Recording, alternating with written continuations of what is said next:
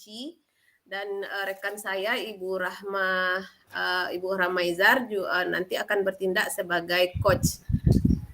Kami akan memulai wawancara kami atau percakapan kami. Silakan Ibu Rahma. Ya, terima kasih Bu Yul. Assalamualaikum Bu Yul. Bagaimana kabarnya Bu Yul? Waalaikumsalam. Alhamdulillah Bu Rahma. Iya. Bagaimana kemarin anak Bu Yul kemarin sakit? Apa sudah sembuh? Itu kemarin itu memang dirawat beberapa hari di rumah sakit, namun sekarang ini sudah dapat izin untuk dirawat di rumah, namun butuh juga kontrol dan rawat jalan. Mudah-mudahan ke depannya sudah membaik, Bu. Ya, alhamdulillah ya Bu Yul. Tumben ya hari ini Bu Yul ngajak bincang-bincang, karena kalau dilihat memang sangat sibuk Bu Yul ya. Jadi sepertinya ada masalah yang ingin dibicarakan Bu Yul.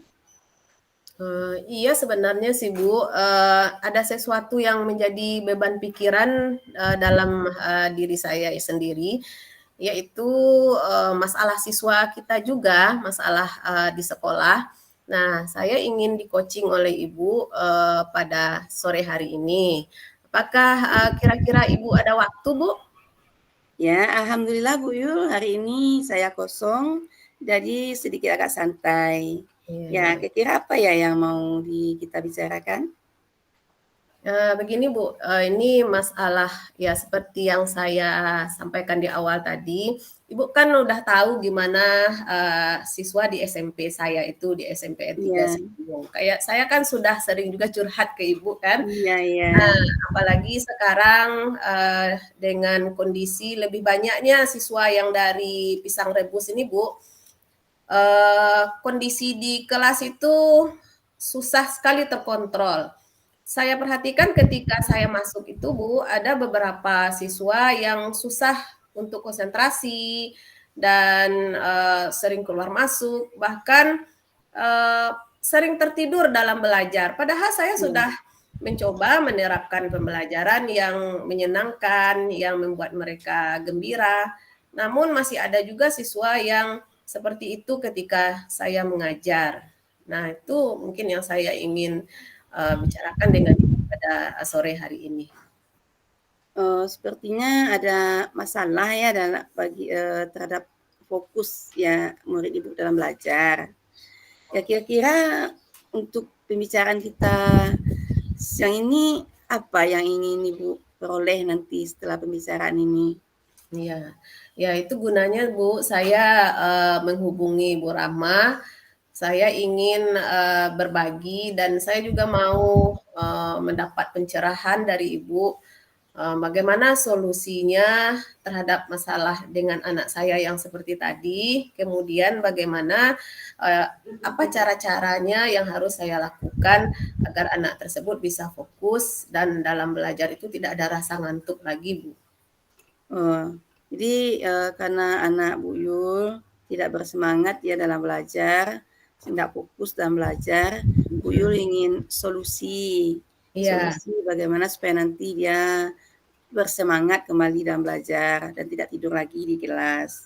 Ya, bisa enggak Bu Yul memberikan deskripsi sedikit kira-kira yang solusi yang bagaimana yang Bu Yul inginkan? Oh iya. Ya, maksudnya begini Bu, bagaimana nanti kalau di dalam pembelajaran itu setelah kita berbincang-bincang ada sedikit pencerahan atau mungkin pengalaman dari Ibu. Nah, sebenarnya kalau untuk pembelajaran saya sudah betul-betul mendesainnya Bu. Saya sudah berusaha semaksimal mungkin. Saya sudah pakai media, juga sudah model pembelajarannya sudah berdiskusi dan juga tugas-tugas. Nah, itu sudah saya lakukan. Namun ya seperti itu tadi Bu, beberapa siswa ini terlihat kadang mengganggu kawannya dan juga mengganggu konsentrasi saya sendiri dalam melanjutkan proses pembelajaran. Iya, jadi dengan kehadiran siswa ini lokal jadi terganggu, baik cara kita mengajar terganggu, anak-anak yang belajar juga terganggu. Kira-kira sudah ada usaha Ibu selama ini untuk mengatasi anak ini, Bu?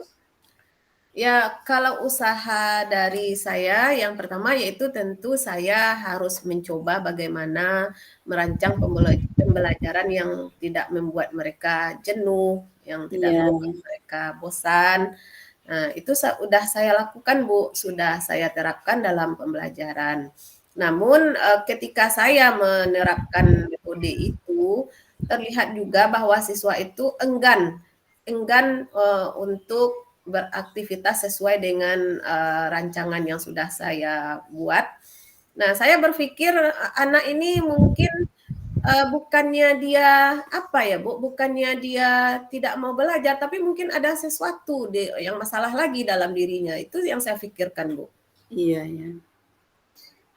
Selama usaha yang Ibu lakukan itu, apakah sudah ada nampak indikator-indikatornya pada diri anak itu yang mencirikan itu aktif belajar? Sama sekali enggak ada, Bu. Itulah saya bingungnya, indikator yang, belajar aktif itu seperti apa. Nah, belum ada Nah, terlihat dari anak tersebut karena, dia dia tadi tidak bersemangat dalam belajar. Nah, itu saya mau mau mencari tahu juga gitu, hal-hal ya apa yang sebenarnya membuat dia seperti itu. iya. Sebenarnya indikator yang ingin Ibu dapatkan dari anak itu sehingga dia bisa dikatakan itu sudah aktif, bagaimana ya kira-kira, Bu? Nah, ya. Kalau indikator, agar siswa itu terlihat aktif dalam belajar, nah mungkin dari awal pembelajaran ya Bu, mulai dari Mhm, kegiatan awal, ya, pendahuluan. Nah, ketika kita suruh berdoa, ya anak itu bersemangat dengan berdoa. Ini ketika awal kita menyuruh berdoa saja, nah tidak ada nampak dari sikap dia bersemangat tadi. Nah, terlihat dia masih menelungkupkan badannya ke meja ketika disuruh berdoa, ketika disuruh membaca ayat-ayat pendek pun kadang mulutnya juga tidak bergerak. Nah, jadi indikator yang saya harapkan dengan anak yang tadi itu ya apa aktivitas pembelajaran hari itu ya mereka lakukan dengan bersemangat, dengan nampak dari ekspresi wajahnya, kemudian dari ya. pekerjaan yang dia lakukan itu selesai tepat waktu. Nah, ini ada mereka lakukan pekerjaannya tapi hanya ala kadarnya saja, Bu. Tidak sesuai dengan indikator yang saya inginkan. Atau tidak Eee, sesuai dengan tujuan pembelajaran, seperti itu, Bu. oh, ya, ya. Berarti berdasarkan apa yang ada pada anak itu kalau kita lihat dari skala ya, Bu, ya, Iya. skala keberhasilannya, kira-kira anak itu sekarang berada di skala mana gitu, Bu? Dan kira-kira yang Ibu inginkan skalanya berapa? Ya, kalau dari skala, kalau dilihat dengan kondisi yang seperti tadi itu mungkin anak itu mungkin baru di skala 4, Bu.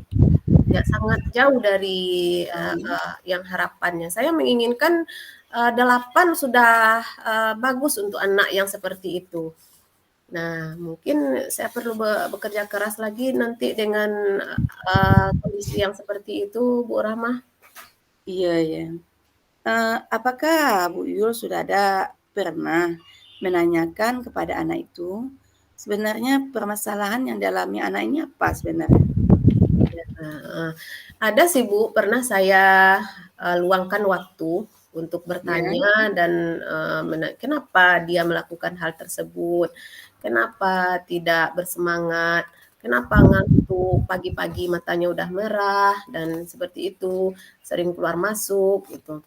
Nah, dari cerita, anak tersebut ternyata memang anak ini sudah, punya permasalahan dengan di keluarganya, di lingkungannya. Ya seperti yang saya jelaskan ke Bu Rahma di awal tadi, anak pisang rebus itu Bu dalam pergaulan mereka itu, selalu dibebaskan oleh orang tuanya. iya, Nah, untuk keluar malam itu mereka pada umumnya jam 1, jam 2 itu baru kembali ke rumahnya Bu, dan orang tuanya di sini mungkin kurang juga pengontrolan kepada anak-anak tersebut, membiarkan juga anak-anak tersebut. Nah, jadi mereka pun terus terang menceritakan kepada saya kalau setiap malam itu mereka pada umumnya tidurnya di atas jam 1, Bu. Nah, jadi saya asumsi, nah karena inilah dia ini sering tidur, sering bisa bersemangat dalam belajar karena faktor tidur yang terlalu larut itu. Ya, berarti kalau dilihat ada masalah, kurangnya, apa namanya, dalam keluarga itu ya, Bu, kurangnya perhatian mungkin ya. Kemudian juga ada masalah lingkungan kayaknya ya. Pengaruh lingkungan ini cukup berat ya. Jadi kalau begitu, apa rencana yang akan Ibu lakukan ke depannya untuk menghadapi siswa ini, Pak? Ya, ya untuk saya juga sudah memikirkan sebuah solusi, Bu, yaitu saya akan mencobalah memanggil orang tuanya. Nah, ini memang tidak menjadi permasalahan siswa ini lagi, tapi sudah menyangkut dengan orang tuanya, Bu. Saya nanti akan mencoba memanggil orang tuanya, kemudian berdiskusi, menanyakan apa benar anaknya begitu. Apa benar memang dia tidurnya larut malam? Apa memang orang tuanya kurang dalam mengontrol mereka dalam belajar?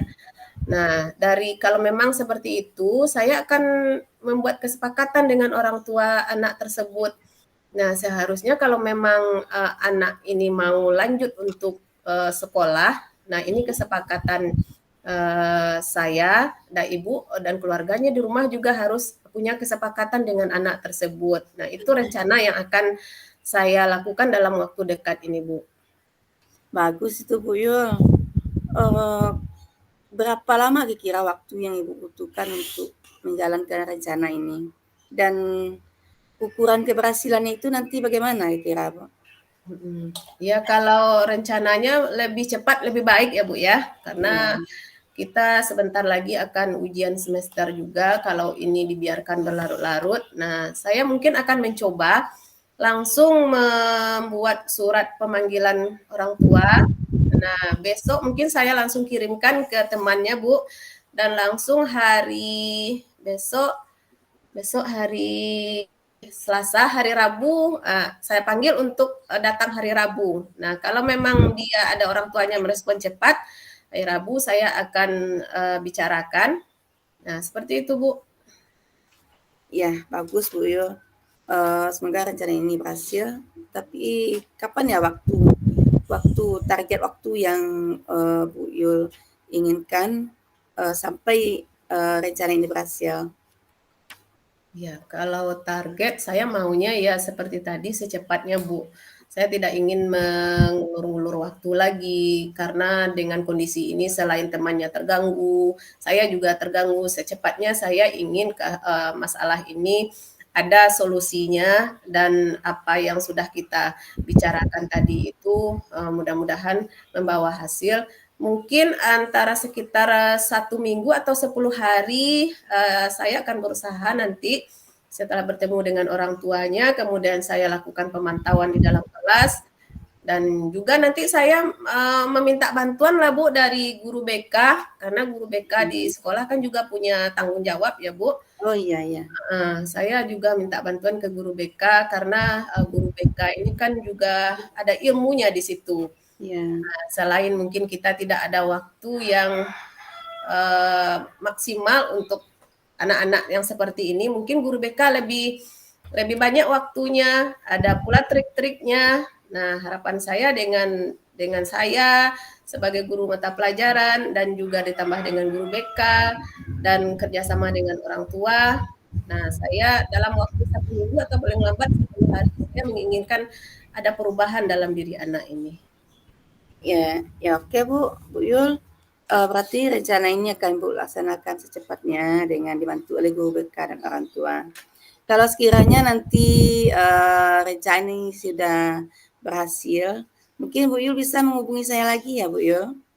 Oke Bu, ya saya Ya, ingin sekali ini untuk bercerita kembali bagaimana hasilnya, merefleksikan apa yang sudah kita bicarakan tadi dengan kasus anak saya yang seperti itu. Saya ingin sekali nanti menghubungi Ibu lagi. Saya ingin melakukan coaching lagi Bu dengan Ibu. setelah Iya. ini. Baiklah Bu Yul, mungkin saya ada kesibukan yang lain, mungkin kita cukupkan dulu pembicaraan kita hari ini ya. Iya Bu, terima kasih. Senang sekali Bu bisa berbagi permasalahan dengan Ibu dan mudah-mudahan ya Bu ya apa yang saya harapkan bisa nanti terwujud. Terima kasih Iya. Bu atas kesempatannya. Ya, sama-sama Bu Yul. Sampai jumpa lagi ya. Ya Bu, sampai jumpa lagi.